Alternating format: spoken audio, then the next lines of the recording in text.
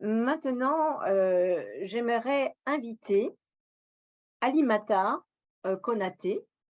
Alimata travaille pour Radio Rurale Internationale. Elle travaille au Burkina Faso.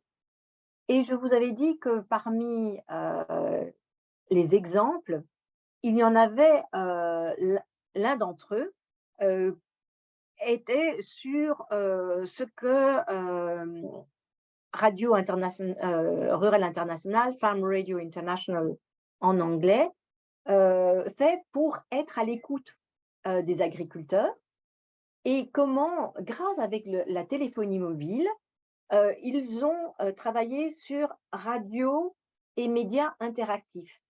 Et donc, Radio Rural International a testé différentes méthodes permettant aux agriculteurs d'entrer en contact avec les programmes radio.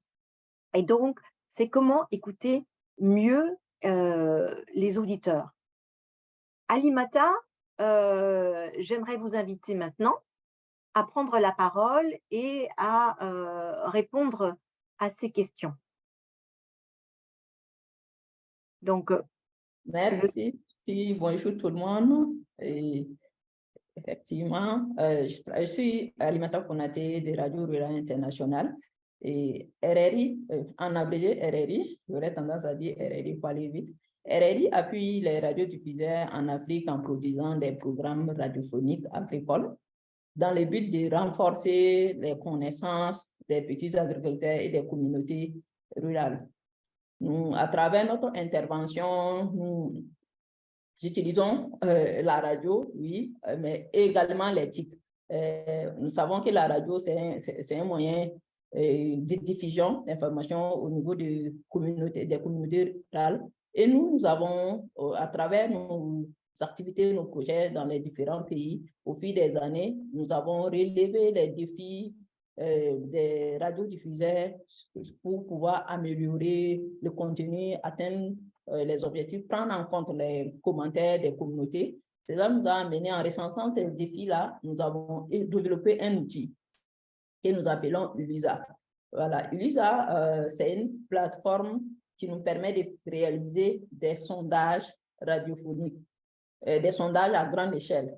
Pour chaque thématique d'émission, par exemple, nous allons avoir des questions, les questions qui vont dans le sens de l'atteinte de l'objectif d'une émission. Quand on a un programme, on a des objectifs, c'est des informations clés qui doivent ressortir dans l'émission. Nous allons poser des questions de sondage qui peuvent nous amener à atteindre un peu ces objectifs-là, en collaboration avec les radios, surtout les radiodiffuseurs qui utilisent l'outil. Donc, l'outil est basé sur un serveur vocal interactif. Ça a déroulé la partie interaction qui nous permet de produire des émissions interactives. Et comme en Afrique, la tradition orale est vraiment développée, si nous voulons faire l'échange et que les téléphones, on retrouve un peu les téléphones dans pratiquement beaucoup de ménages, nous avons utiliser cette technologie-là, le serveur vocal interactif qui tourne derrière le serveur, qui permet aux radios d'avoir beaucoup plus d'interaction. L'un des défis que les radios rencontraient dans l'interaction, c'était la technologie, la ligne qui est occupée où plusieurs personnes ne peuvent pas appeler, ne peuvent pas recevoir plusieurs appels. Les communautés étaient habituées à ça. Ils sont contents d'écouter, mais il n'y avait pas toujours un retour. Donc, avec l'outil ULISA, les radios ont la possibilité de collecter des données en amont sur les défis, les pratiques courantes, les préoccupations au niveau des communautés. On peut, pour une émission, il peut nous arriver d'avoir 1000 interactions. Il y a des émissions où on a fait, dans certains pays où on a eu plus de 1000 interactions, plus de 1000 personnes qui ont participé.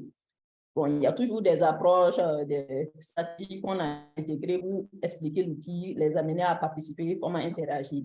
Mais ce qui est en matière de contenu, ce qui nous a permis de vraiment améliorer le contenu, c'est les données qu'on arrive à collecter à travers l'outil.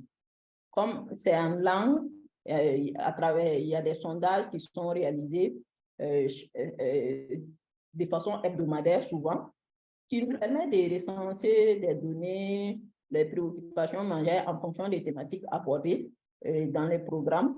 Et ces données, les résultats de ces données-là sont exploités par les radios quand ils vont faire des interviews avec les spécialistes ou bien quand ils vont faire venir des leaders communautaires. Ils vont se baser sur les données récoltées au niveau des communautés pour pouvoir diriger la discussion, ainsi de suite. Donc, également, les résultats de ces sondages sont mis à disposition d'autres parties prenantes qui peuvent, ou même d'autres des acteurs de développement, qui peuvent aussi exploiter ces résultats dans les zones d'intervention. C'est pourquoi nous travaillons généralement avec des parties prenantes dans les zones d'intervention, afin qu'on puisse partager certaines informations, aider à atteindre les objectifs en prenant en compte les commentaires, les préoccupations des communautés. Donc, et comment nous faisons, nous utilisons ces commentaires-là pour améliorer les programmes. Très bien. En fait, c'est très intéressant hein, de se dire qu'en fait, on ne fait pas que de la radio, on associe également la téléphonie mobile pour avoir des retours, avoir le feedback et aussi améliorer par la suite ces émissions et vraiment choisir les sujets qui intéressent les communautés. Oui. Et nous sommes rendus compte au fil des années, au fur et à mesure que nous collectons ces données-là, qu'il y a certains besoins, par exemple la participation des femmes, l'enjeu genre, et les besoins spécifiques des hommes, besoins spécifiques des femmes, les besoins spécifiques des jeunes en matière de communication. Les données qui remontent à travers les données quantitatives et qualitatives qui remontent sur la plateforme permettent de voir un peu, de donner une direction un peu à nos partenaires et à nous-mêmes sur la façon d'améliorer l'information, les données, les informations qu'on veut diffuser. Donc, nous avons aussi collaboré avec ces outils, nous avons aussi collaboré avec ces données, excusez-moi, à travers ces données, nous avons aussi amené les radios à lier des relations plus étroites, relations de confiance avec les communautés, les rapprocher plus, parce qu'en plus de l'outil, on a des groupes d'écoute, il y a des alertes, par exemple, les communautés ont la possibilité de s'inscrire au niveau d'une station radio pour recevoir des alertes pour une émission thématique, ainsi de suite. Donc, les communautés, les responsables, les leaders communautaires, ça a amené une implication et de synergie autour de la radio.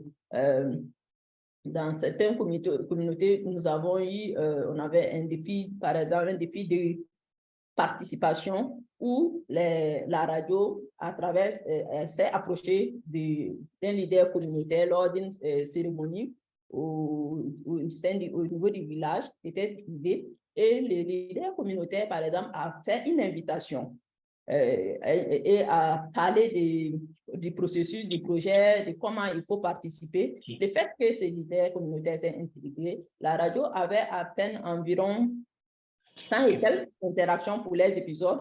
À la fin, après, c'était difficile pour nous de comptabiliser les appels, de tout prendre sur la plateforme parce qu'ils allaient jusqu'à 1000 interactions, plus de 1000 interactions qu'ils arrivaient à avoir par semaine. Donc, quand nous menons ces activités, après, l'objectif, c'est vraiment partager avec d'autres acteurs de développement.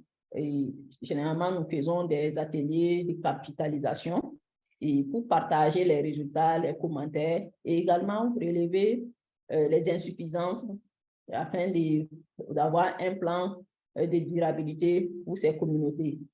Nous avons également je suis toujours dans la ligne, Sophie. Oui, en fait, ce qu'il y a, c'est qu'il y a des gens qui posent plein de questions. Donc, je sais que tu vas parler sans doute de l'évaluation récapitulative aussi. Donc, peut-être très brièvement. Et puis, il serait utile qu'on puisse répondre aux questions qu'ont posées nos participants et participantes. OK. Donc, généralement, au terme je disais que nous organisons des ateliers de capitalisation. C'est une sorte d'évaluation récapitulative ou une réunion de la mairie. On invite collectivités, euh, les collectivités locales, les acteurs de développement, même les membres de la communauté, les groupes d'écoute, les radios. Et ça nous permet de vraiment évaluer nos programmes et de réajuster. Qu'est-ce qui a bien marché, qu'est-ce qui n'a pas donné, qu'est-ce qu'il faut améliorer pour la suite. C'est les directives qui nous permettent, par exemple, à long terme, d'améliorer le contenu. On n'attend pas, par exemple, de finir un projet et puis faire une évaluation, se retrouver avec des résultats qui n'ont pas donné. Mais on va s'arrêter à un moment au cours de la production, s'arrêter, mener cette activité-là pour permettre de réajuster, prendre en compte les commentaires, les préoccupations. Donc, c'est lors de cet atelier, c'est une opportunité aussi pour nous de montrer des données réelles des communautés, des commentaires. C'est pas juste on a constaté, non, c'est réel, il y a des commentaires. Voilà. Donc, ça aide beaucoup dans l'atteinte des objectifs de communication au niveau des radios, mais aussi des autres acteurs, parce qu'ils utilisent, ça les permet de voir, dans les interventions comme les collectivités locales, dans les interventions, de prendre en compte certaines préoccupations qui ne sont pas forcément ou des sujets tabous, des choses que les gens n'arrivent pas à dire facilement. Tout ça, ça passe sur la plateforme ULISA facilement. Donc, ça nous permet vraiment je suis en train de courir le temps. Alimata, tu as parlé de plusieurs outils. Oui. Louisa, on a cru comprendre. Est-ce que tu pourrais mettre dans le chat le nom exact de ces outils? Et en fait, il y a des gens qui voudraient savoir, est-ce que ces outils sont uniquement appartiennent à Radio Rurale Internationale ou bien est-ce que ce sont des applications qui sont téléchargeables, par exemple, et que d'autres pourraient utiliser? Voilà, donc, est-ce que… Alors, c'est Oulisa, oui. Oulisa, c'est un swahili qui veut dire demander. Demander, Okay. d'accord. Oui. Et est-ce qu'il y a un lien vers cette application ou bien c'est… Ben, je peux peut-être présenter rapidement la plateforme si le temps permet. Sinon, c'est un outil développé par Farm Radio et nous travaillons actuellement pour vulgariser. Pas que ce soit actuellement, nous travaillons, les radios qui arrivent à accéder à l'utiliser, c'est les radios qui sont en partenariat avec Farm Radio dans la mise en œuvre des projets. Voilà. Donc, en fait, les radios qui font… Sorry. Oui. Donc, les radios qui ne font pas partie de Farm Radio ne peuvent pas avoir accès à cet outil. Pour l'instant, je ne dirais pas totalement parce que dans certains pays, au Ghana par exemple, nous avons donné cet accès-là, cette possibilité. Les radios qui sont intéressées à utiliser la plateforme peuvent venir collaborer, prendre juste pour ça, pour améliorer leur contenu. Donc, c'est un outil que nous sommes en train de vulgariser. Ça fait des années qu'on travaille sur ça parce que pour que ça ne soit pas limité seulement au projet de RRI, pour que ça ne soit pas limité seulement à RRI, mais que ça soit vulgarisé au niveau du continent, que les radios puissent utiliser pour améliorer leur contenu, puissent accéder. Mais comme c'est lié, il y a la technologie qui est liée, la technologie a un coût. Donc ce qui fait que souvent les radios ont besoin, nous cherchons toujours la meilleure façon sur comment les radios peuvent accéder à ça en réduisant les coûts. Peut-être les appels, par exemple, pourront générer des revenus pour les stations radio qui vont accéder. Et ces revenus pourront peut-être prendre en charge la technologie tournée à l'arrière parce que ça va analyser les données. Quand les appels, ça analyse les données, ils ont juste les résultats, ils peuvent exploiter et tout. Donc, voilà, oui, ça, c'est les liens des différents services. Merci beaucoup, Alimata. En fait, il y a des participants qui ont levé leurs mains pour poser des questions. Donc, que ce soit à Alimata ou que ce soit en général sur ce que nous avons présenté aujourd'hui. Donc, je laisse la parole à Jules Vincent. Oui, merci Sophie. Je suis très ravi aujourd'hui de participer à 100% à ce webinaire. Par rapport aux autres, j'ai participé un peu partiellement. Et je viens de la RDC, précisément dans la province du Nord Kivu, du Rutshuru. Je voulais signaler que dans ces territoires, il y a émergence maintenant des coopératives agricoles qui sont créées par les petits producteurs. C'est pourquoi je suis tellement beaucoup intéressé à ces webinaires. Nous sommes aussi très contents que dans ces coopératives, il y a l'intervention de la FAO aussi, qui fait vraiment un travail de qualité en faisant un appui technique et un appui financier. Je suis très intéressé par l'explication de Alimata. Vraiment, ça me vient au cœur par rapport à ce que nous faisons pour accompagner les petits producteurs. Mais je voulais savoir, Alimata, nous n'avons pas encore créé au niveau des Rutshuru une radio rurale, mais nous utilisons les radios des églises pour faire passer nos messages pour les petits producteurs. Par exemple, nous avons des émissions sur les systèmes d'information sur les marchés et nous utilisons ces radios-là des églises. Maintenant, comment les églises de chez nous, bien les émissions, les radios communautaires de notre entité ou bien de notre région peuvent faire partie de ces groupes. Moi-même, j'ai essayé un peu avec Yankassa pour essayer nécessairement d'être partenaire, mais ça a été difficile. On me disait que c'est privé, et c'était un peu difficile pour nous. Alors, comment donc Alimata peut nous aider à ce que nos radios soient partenaires à ce qu'ils sont en train de faire. Deuxièmement, effectivement, c'est ce que Sophie a dit, comme les autres ont posé des questions, comment nous pouvons avoir les liens par rapport à tous ces outils qu'il nous a demandé, et surtout, s'il peut nous partager les guides de savoir comment fonctionnent ces émissions, bien comment fonctionne cette radio rurale dont il est donc ici, qui est en train d'aider les autres petits producteurs de la région de l'Ouest. Vraiment, c'est pour nous une très grande préoccupation puisque nous n'avons pas d'autres moyens que les radios communautaires pour faire passer nos messages et nécessairement travailler dans les thématiques comme nous sommes en train de le voir. Merci. Merci. Je prends peut-être aussi la question de Jean-Baptiste et puis après Jean-Baptiste, nous vous donnons les réponses. Jean-Baptiste, vous pouvez activer votre micro.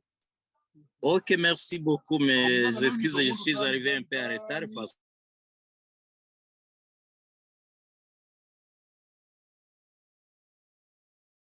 que je suis dans un milieu rural avec la présentation représentante de la radio internationale.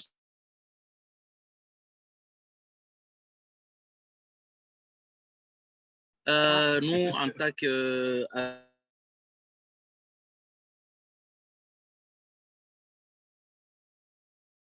agriculteurs, disons communicologues, tel que notre confrère vient de le dire juste, nous travaillons aussi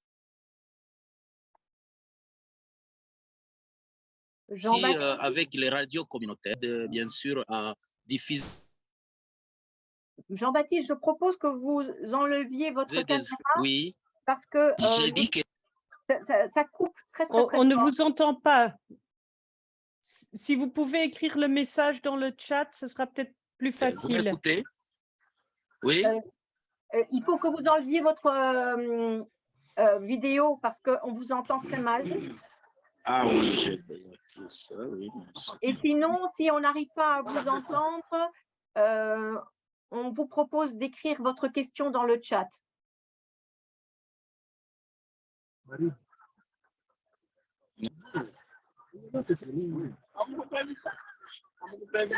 C'est un petit peu difficile. Hein. Je vais peut-être donner la parole à Mamadou pour la question. Oui. En attendant. Ok, bonjour. Bonjour oui. Tout le monde. Bonjour Mamadou. Moi, c'est Mamadou Traoré. Je suis responsable au niveau du projet inclusif en charge des questions de gestion des connaissances et communication au Mali. Et merci beaucoup pour la collègue qui vient de présenter un peu l'approche Alimata du Burkina, j'estime, hein, Alimata de RRI, disons. Moi, je suis tellement intéressé que nous intervenons dans une zone d'insécurité. Peut-être qu'Alimata est au courant. Je voudrais comprendre un peu comment est-ce qu'on peut utiliser la radio rurale comme vecteur qui puisse contourner la question d'insécurité. Je vais être précis.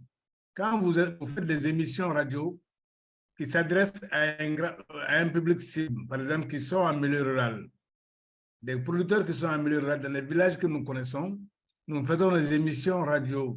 Mais malheureusement, dans les zones d'insécurité dans lesquelles nous travaillons, souvent, ces émissions, puisque c'est des émissions grand public, sont également réceptionnées par les personnes mal intentionnées, qui peuvent savoir quel type d'activité nous envisageons de faire dans telle zone et tel jour, de tel jour à tel jour. Donc, si nous planifions nos activités à travers les émissions radio, quand nous planifions les activités, ça veut dire que non seulement nous nous adressons à notre public cible, mais aussi nous nous adressons à des publics cibles, à des publics mal intentionnés, qui peuvent vraiment agir négativement sur nos activités. Maintenant, je voudrais comprendre avec Alimata et avec d'autres collègues également, comment faire en sorte que nous puissions positivement et utilement utiliser la radio rurale pour contourner l'insécurité qui est dans nos différentes zones d'intérêt. Je prends la zone de Gao, par exemple. La zone de Gao, la zone de Liptako-Gourma, la zone de 3 frontières, par exemple, où c'est difficile d'exécuter physiquement les activités, d'aller régulièrement dans les différentes zones. Et nous avons estimé que les radios peuvent être un vecteur important pour nous, pour diffuser nos messages. Maintenant, quand nous diffusons nos messages s'adressent, c'est vrai, à notre public cible, mais les messages sont capturés également par les personnes mal intentionnées. Comment éviter cela? Voilà ma question.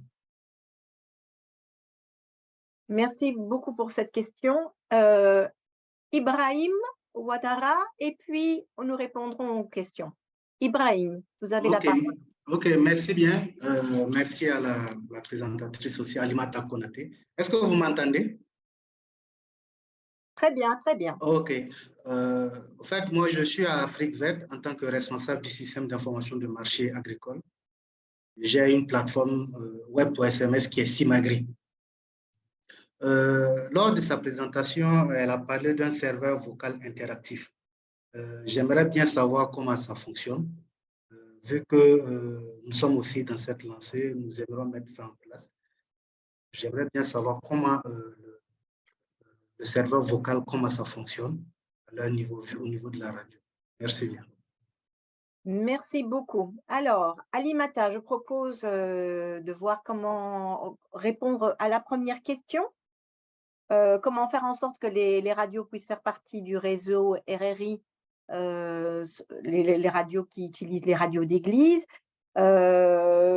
Comment éviter que les messages qui doivent passer à des personnes ne soient utilisés par d'autres de manière mal intentionnée, et également les informations sur l'application.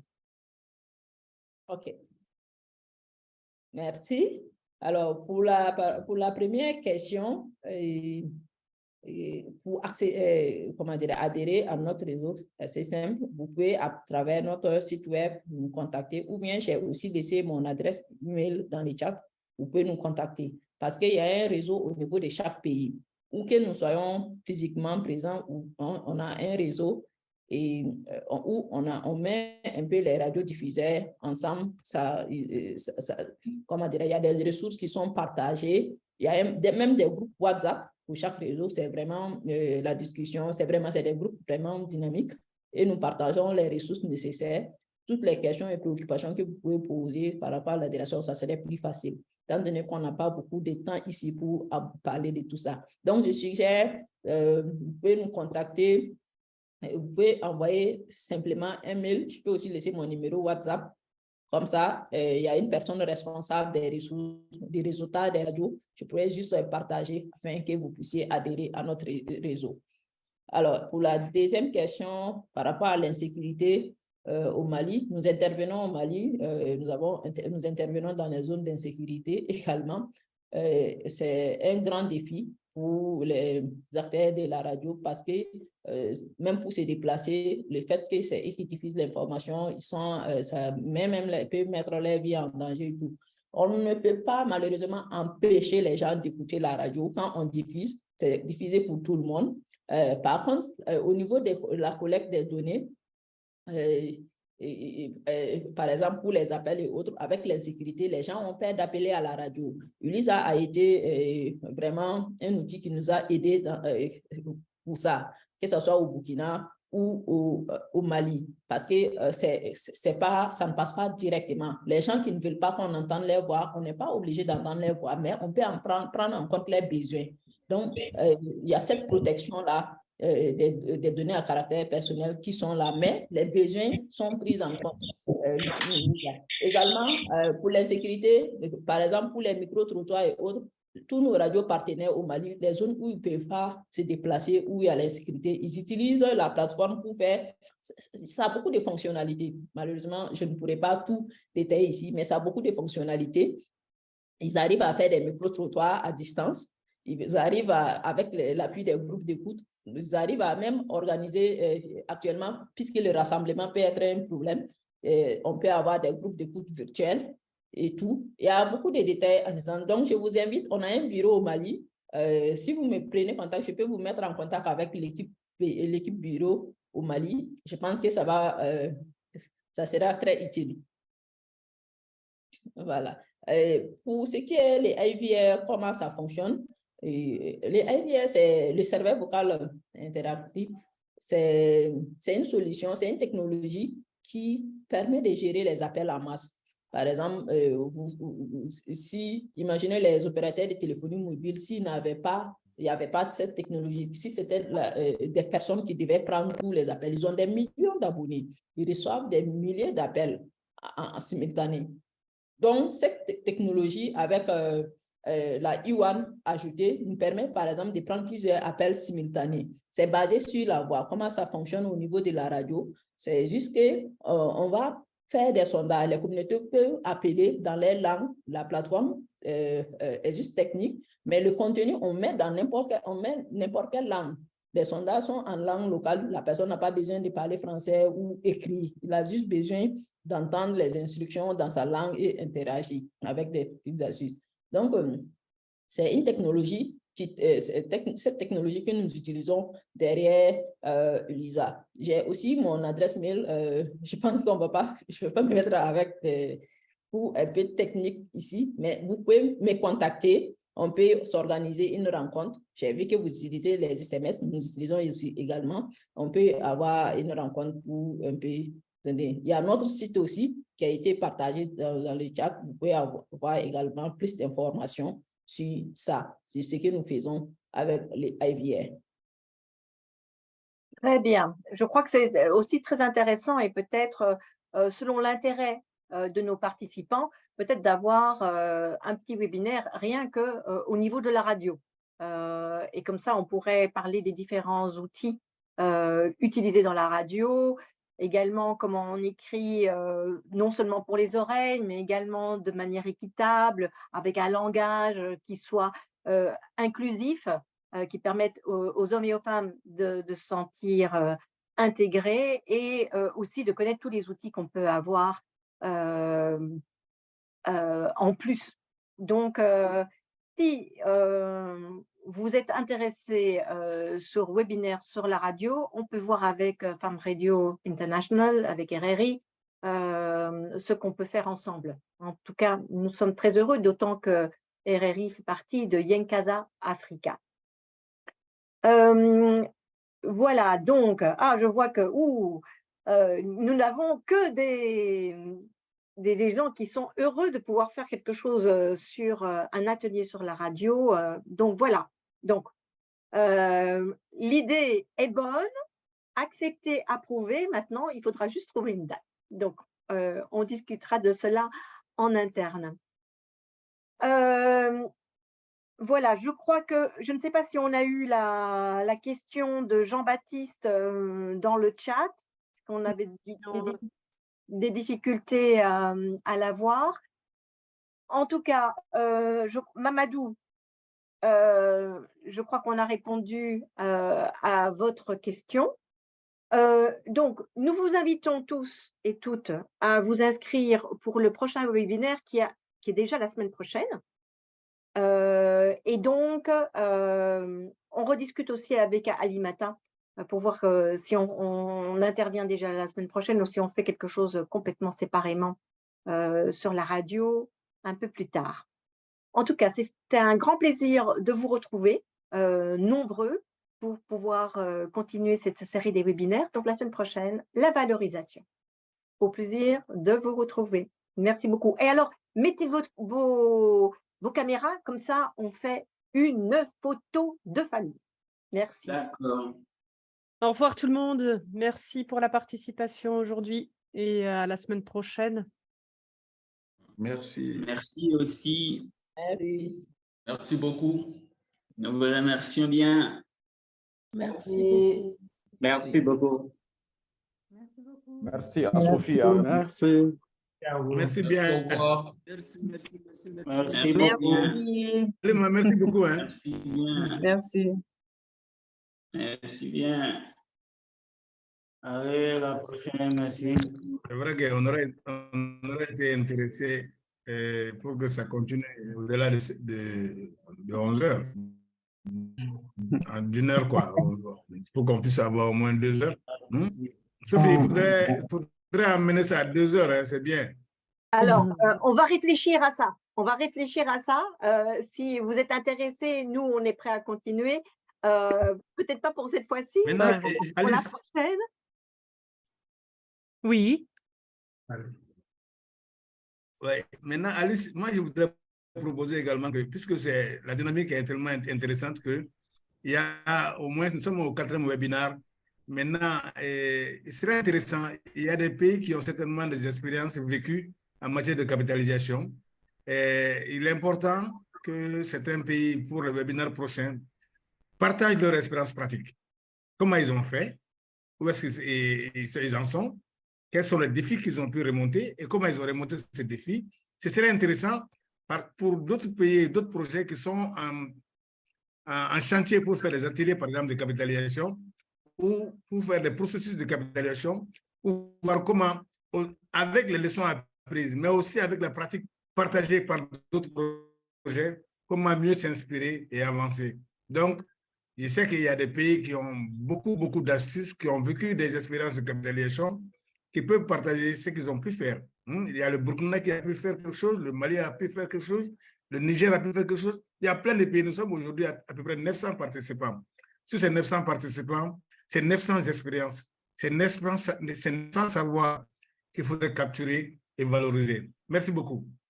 Merci. On va se renseigner et on va, comme aujourd'hui aussi, inclure une expérience pratique dans le webinaire suivant.